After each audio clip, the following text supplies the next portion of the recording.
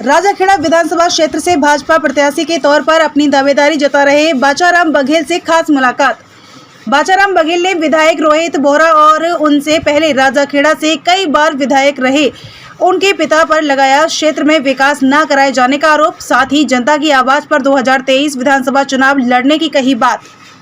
Update India में आपका स्वागत है। अपडेट इंडिया की टीम आज पहुंची है बाचाराम बघेल जी के पास। बाचाराम बघेल जी राजाखेड़ा विधानसभा क्षेत्र से प्रत्याशी के तौर पर अपनी बीजेपी प्रत्याशी के तौर पर अपनी दावेदारी पेश कर रहे हैं। बाचाराम बघेल जी से ही जानते हैं उनके राजनीतिक जीवन की कहानी, उन्हीं की जुबानी। बाचाराम जी नमस्कार। नमस्कार अरुण जी। बाचाराम जी अपने राजनीतिक कैरियर के बारे में थोड़ा बताइए। देखिए, जीरो से शुरुआत की है, कोई कैरियर नहीं है। भारतीय जनता पार्टी के एक सामान्य कार्यकर्ता के रूप में 2007 में शुरुआत की थी और समय के चलते चलते 2015 में जिला परिषद मेंबर बन गए और उसके बाद राजाखेड़ा विधानसभा में सतत जनसंपर्क जनता के साथ रहा। जनता के मुद्दों को उठाना, जनता का सहयोग करना, जनता के बीच में जाना और ऐसे चलते चलते आज सभी कार्यकर्ताओं का, बहुत सारी जनता का ये मन है कि साहब आपको तैयारी करनी चाहिए, आपको भी 2023 विधानसभा का चुनाव लड़ने के लिए आपको आगे आना चाहिए। बाचाराम जी बीजेपी की टिकट की दावेदारी डीजीपी, पूर्व डीजीपी कर रहे हैं, दूसरी तरफ कांग्रेस से बीजेपी में आए अशोक शर्मा जी की पत्नी नीरजा शर्मा जी कर रही है। तो इस बीच में आपको कैसे लगता है कि टिकट आपके पाले में जाएगी? देखो, ये तो नहीं कहता कि मेरे पाले में जाएगी, किसके पाले में जाएगी, लेकिन ये जरूर है कि भारतीय जनता पार्टी में कोई मैच फिक्स नहीं होता पहले से। इससे पहले बता दूं, मैं 2013 में कैंडिडेट कोई और था, 2008 में कैंडिडेट और था, 2003 में कैंडिडेट और था, 98 में कैंडिडेट और था, 93 में कैंडिडेट और था। भारतीय जनता पार्टी ऐसी पार्टी है जिसमें कैंडिडेट पहले से तय नहीं होता और निश्चित रूप से अब तक का जो अनुभव भारतीय जनता पार्टी का रहा है धौलपुर का, जो कांग्रेस से अन्य दलों से लोग आए हैं वो भारतीय जनता पार्टी में टिक नहीं पाए हैं। इसलिए भारतीय जनता पार्टी चाहेगी कि अपने ही किसी कार्यकर्ता को मजबूती से उसको तैयार करके और भारतीय जनता पार्टी की टिकट दी जाए। नीरजा अशोक शर्मा बीजेपी की टिकट पर दावेदारी कर रही है और लगभग तय माना जा रहा है कि उनकी टिकट, उनको बीजेपी की टिकट उनको तय है, क्योंकि पिछले विधानसभा चुनाव में अशोक शर्मा जी, उनके पति लगभग 62,000 वोट लेकर आए थे। फिर आप ये कैसे कह सकते हैं कि टिकट आपके पाले में जाएगी? मैं आपको बता चुका, मैं पिछली 5 बार का ट्रेंड बता दिया आपको कि भारतीय जनता पार्टी में पहले से कुछ फिक्स ही नहीं होता। रही बात 62,000 वोट की, मैं कहता हूँ ज्यादा वोट आते। आप इससे पिछले ट्रेंड में जाइए 2013 के में, तो 2013 में विपक्ष में 32,000 और 26,000 58,000 वोट पड़े थे। उससे पहले के ट्रेंड में आप जाइए तो भारतीय राजाखेड़ा में भारतीय जनता पार्टी सदैव मजबूत रही है।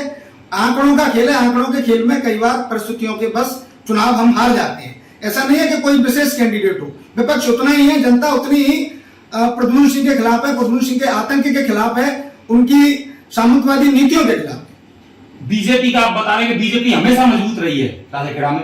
अगर मजबूत रही है तो बीजेपी, आप राजाखेड़ा की बात करें तो राजाखेड़ा में अधिकांशतः शासन कांग्रेस का रहा है। मैंने कहा विपक्ष मजबूत रहा है, विपक्ष मजबूत रहा है। तो अभी अगर आप किस तरह से, किन मुद्दों के साथ अपनी दावेदारी पेश कर रहे हैं कि आप? मैं एक मुझे विशेष बात आपको ये बताना चाहूंगा।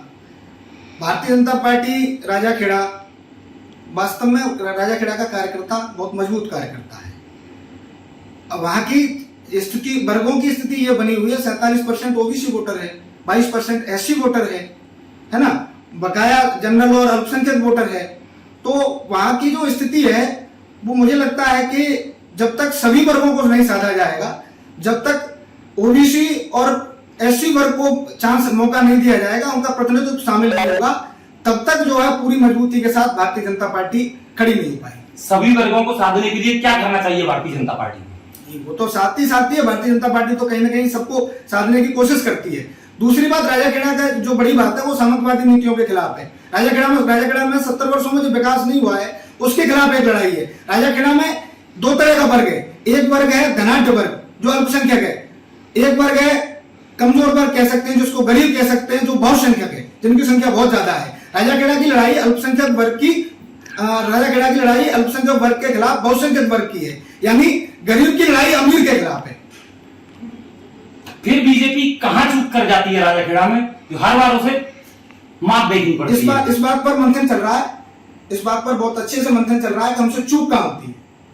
फिर मंथन में क्या निकल के आया, कुछ बताएंगे जनता को? नहीं, मैं तो कुछ प्रत्याशी हूं, तो मैं कैसे इस बात को बता सकता हूं कि क्या मंथन चल रहा है। लेकिन निश्चित रूप से भारतीय जनता पार्टी इस बात पर मंथन कर रही है कि बाहर से जो नेता हमारे साथ टिकट लेके चुनाव लड़ने आते हैं वो वापस हो जाते हैं। तो कहीं ना कहीं भारतीय जनता पार्टी इस बात पर भी विचार कर रही है कि हमें हमारा नेता पैदा करना चाहिए, हमें हमारा नेता तैयार भारतीय जनता पार्टी का करना चाहिए, जिससे भविष्य में भारतीय जनता पार्टी की स्थिति मजबूत हो।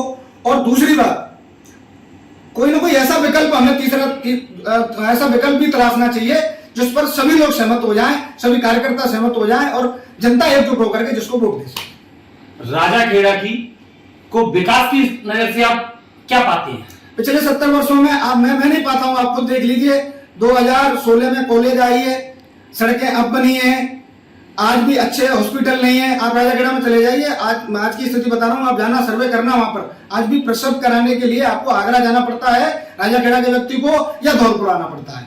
कोई अच्छा हॉस्पिटल नहीं है, कोई अच्छे कॉलेज नहीं, कोई अच्छे स्कूल नहीं, तो विकास तो शून्य है, विकास तो हुआ ही नहीं।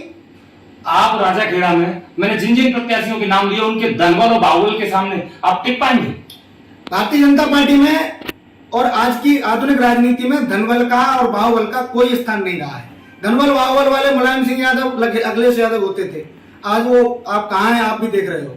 और भी बहुत सारी पार्टियों के नेताओं के नाम गिना सकता हूं कि जो आज कहाँ है। धनबल बाहुबल नहीं है। राजाखेड़ा की जनता बहुत, मैंने आपको पहले भी कहा, बहुत मजबूत। दो तरह का वोटर है हमारे यहाँ। एक वोटर वो है जो वोट देता है, उनके पैर छूता है और एक गारंटर लेके जाता है जो गारंटी कराता है कि साहब ये हमने आपको वोट दिया है। दूसरा वोटर वो है जो अपना पैसा खर्च करता है, अपनी ताकत से चुनाव लड़ता है। वो राजाखेड़ा की जनता है जो प्रद्युम्न सिंह के खिलाफ, प्रद्युम्न सिंह के परिवार के खिलाफ राजाखेड़ा में चुनाव लड़ती है, ताकत से चुनाव लड़ती है। उसको किसी के धन की आवश्यकता नहीं है और किसी से डरने वाले और दबने वाले लोग नहीं है राजाखेड़ा। अगर आपको टिकट मिलती है तो आप किन मुद्दों के साथ जनता के बीच में जाएंगे? बहुत अच्छी बात पूछी आपने। मेरे को दो चीजें बहुत अखरी राजाखेड़ा के अंदर। एक चीज बड़ी अखरती है, आप कभी भी मनिया एरिया में आप जाओगे, सुहागे बाग से शुरू होता है और बरेठा खत्म होता है, दोनों तरफ बड़ी भारी तादाद में सब्जी होती है हमारे यहाँ। राजाखेड़ा विधानसभा के मनिया में एक राष्ट्रीय स्तर की मंडी होनी चाहिए। हमारे यहाँ की मिर्च नाम से बिकती है, मेरठ में, मुजफ्फरनगर में, कहीं भी चले जाइए, और भी बहुत सारी सब्जियां हैं। एक राष्ट्रीय मंडी हो जिससे हमारे यहाँ के किसानों को हमारे यहाँ की सब्जी का पैसा हमारे जगह मिल सके और उससे और भी रोजगार के साधन, उससे जब बाहर का व्यापारी आएगा, बाहर के लोग आएंगे तो और भी रोजगार के साधन उससे डेवलप होंगे। दूसरी बात, राजाखेड़ा सबको पता है, राजाखेड़ा दूध की बड़ी मंडी है अपने आप में। हमारे यहाँ का सैकड़ों टन केक, सैकड़ों टन खोआ, घी, दूध बहुतायत में बाहर जाता है और उसके लिए एक बड़ी मंडी राजाखेड़ा में होनी चाहिए। दूसरी बात, हमारे यहाँ का युवा दिल्ली, बंबई, अहमदाबाद, गुजरात में काम करने जाते हैं, हलवाई का काम कर रहे हैं, सैकड़ों बता सकता हूं मैं। आप किसी भी गांव में चले जाइए, आपको सैकड़ों युवा मिल जाएंगे। तो राजाखेड़ा में एक बड़ी मंडी बना दो, बड़ी फैक्ट्रियां बन जाएंगी, तो यहाँ के लोग यहाँ काम करेंगे और बाहर का व्यापारी आएगा, यहाँ रोजगार डेवलप होगा। तीसरी बात, हमारे यहाँ रेत का बड़ा धंधा है, अवैध धंधा है, उसको एक नंबर में रेता को चलाया जाए, इसकी बड़ी आवश्यकता है। राजाखेड़ा में ईंट का बड़ा व्यापार है, उस व्यापार को एक नंबर में चलाया जाए। 2 नंबर में अधिकारियों की जो है पवारें होती है और नेताओं की होती है। तो इतने बहुत सारी चीजें हैं जिनको करने की राजाखेड़ा में आवश्यकता है, जो विकास बकाया है। 70 वर्षों में कोई विकास हुआ ही नहीं, जिसको करने की राजाखेड़ा को आवश्यकता है। मैं समझता हूं यदि अपने को जनता और ईश्वर का आशीर्वाद मिलता है तो निश्चित रूप से अपने मुद्दों पर काम करेंगे। वर्तमान विधायक रोहित बोहरा जो कि जनता के बीच में है, पिछले 5 साल से लगातार जनता के बीच में है और विकास के नाम पर भी उन्होंने बहुत कुछ कराया है। कई सारी योजनाएं लाए हैं, चम्बल लिफ्ट योजना और भी कई सारी योजनाएं लाए। तो जनता क्यों परिवर्तन करेगी? मैं आपकी जानकारी के लिए बता दूं, चम्बल लिफ्ट परियोजना 2017 में महारानी वसुंधरा राजे ने स्वीकृत की थी, जिसके लिए हम लोगों ने आंदोलन किया था 2012 में। कल 14 जून को उसकी बैठक भी थी। 14 जून 2023 को 2012 को बड़ा आंदोलन हम लोगों ने किया था और उसकी परिणति ये हुई, वसुंधरा जी ने हमारे दर्द को समझा, परेशानी को समझा और 2018 में हमको नहर स्वीकृत की और स्वीकृति नहीं की, उसका तुरंत टेंडर कराया और काम चालू कराया। और उसको काम चालू कराने के बाद उसके बाद और भी बहुत सारे 2,500 करोड़ के उस समय काम हुए थे। बीच में तो मैं 15 साल। मेरा प्रश्न ये नहीं है, मेरा प्रश्न ये है कि रोहित बोहरा जब जनता के बीच में रहते हैं, सबसे मिलना जुलना है उनका, तो जनता क्यों उनको बदलना चाहिए? बड़ी अच्छी बात है, बीच में रहना चाहिए एक जनप्रतिनिधि को, बड़ी खुशी की बात है, लेकिन काम भी करने चाहिए। 8 बार उनके पिताजी एमएलए रहे, 3 बार उनके पिताजी मिनिस्टर रहे, तो मेरे को आप 8 काम गिना दो ना। कोई भी ये नाली, खरंजा, सड़क, बिजली की बात मत करना। कोई बड़े 5-8 काम गिना दो, 8 बार एमएलए रहे, 8 बार के टर्म में 8 काम। आज भी एक काम गिना दो मेरे को। रिको क्षेत्र बना दिया राजाखेड़ा में, क्या है रिको क्षेत्र का, क्या उसमें क्या प्रगति है, क्या काम हुआ उस रिको घोषणा करने से रिको क्षेत्र से काम हो जाएगा क्या? क्या सड़कों में कमीशन लेने से राजाखेड़ा का विकास हो जाएगा क्या पानी की टंकियों में कमीशन लेने से राजाखेड़ा का विकास हो जाएगा क्या? राजाखेड़ा के विकास में आप बताइए, कौन सा बड़ा कॉलेज लेके आए आप, कौन से बड़े स्कूल लेके आए आप, कौन सा बड़ा हॉस्पिटल बनाया आपने? विकास की जो मूलभूत चीजें हैं उन पर तो विकास के नजदीक भी नहीं है कहीं। धन्यवाद बाचाराम जी। ये थे बाचाराम जी। आपने सुना जो वर्तमान विधायक पर और उनके पिता पर, जो कि लगातार 7-8 बार एमएलए रहे, बोल रहे हैं कि उन्होंने विकास के नाम पर कुछ भी नहीं कराया और टिकट को लेकर पूरी तरह आश्वस्त है। फिर मिलते हैं ऐसी ही किसी शख्सियत के साथ, तब तक देखते रहिए अपडेट इंडिया।